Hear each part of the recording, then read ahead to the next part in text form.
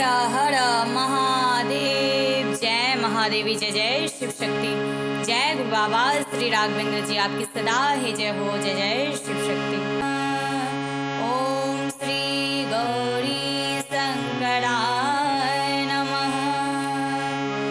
ओम श्री गुरुदेवाय नमः। ओम श्री राघवेंद्राय नमः। हर हर महादेव। जय महादेवी, जय जय शिव शक्ति। बहुत ही प्यारा भजन है श्री गणेश जी का, आइए सुनते हैं। ये है भोजपुरी भाषा में।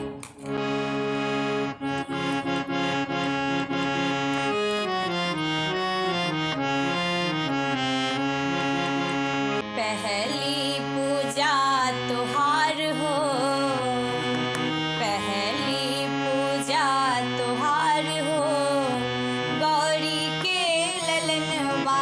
पहली पूजा तुहार हो, गौरी के ललनवा। गौरी के ललनवा, शंकर के ललनवा। गौरी के ललनवा हो, शंकर के ललनवा। पहली पूजा तुहार हो, गौरी के ललनवा। पहली पूजा तुहार हो, गौरी के ललनवा।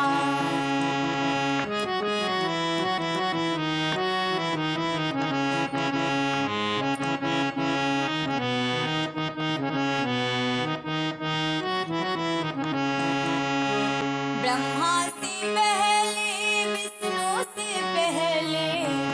ब्रह्मा से पहले पहले, विष्णु से पहले। शिव जी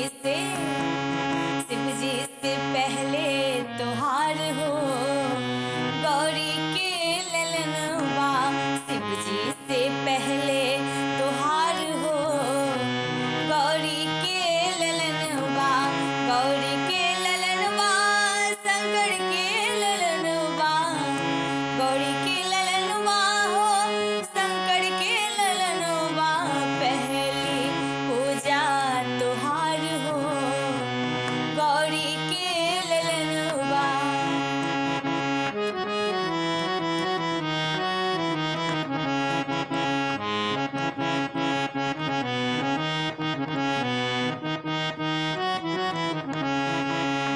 गंगा से पहले, जमुना से पहले। गंगा से पहले पहले, जमुना से पहले।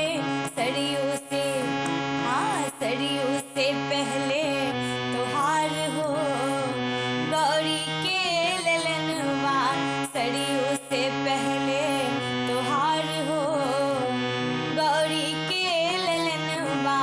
गौरी के ललनवा, शंकर के ललनवा। गौरी के ललनवा हो, शंकर के ललनवा। पहली पूजा तुहार हो, गौरी के ललनवा। पहली पूजा तुहार हो, गौरी के ललनवा।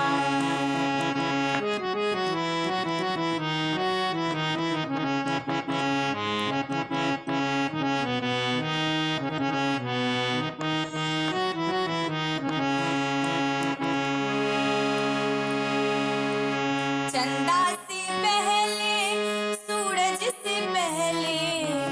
चंदा से पहले पहले, सूरज से पहले। तारों से, हाँ तारों से पहले तुहार हो, गौरी के ललनवा। पहली पूजा तुहार हो, गौरी के ललनवा। गौरी के ललनवा हो, शंकर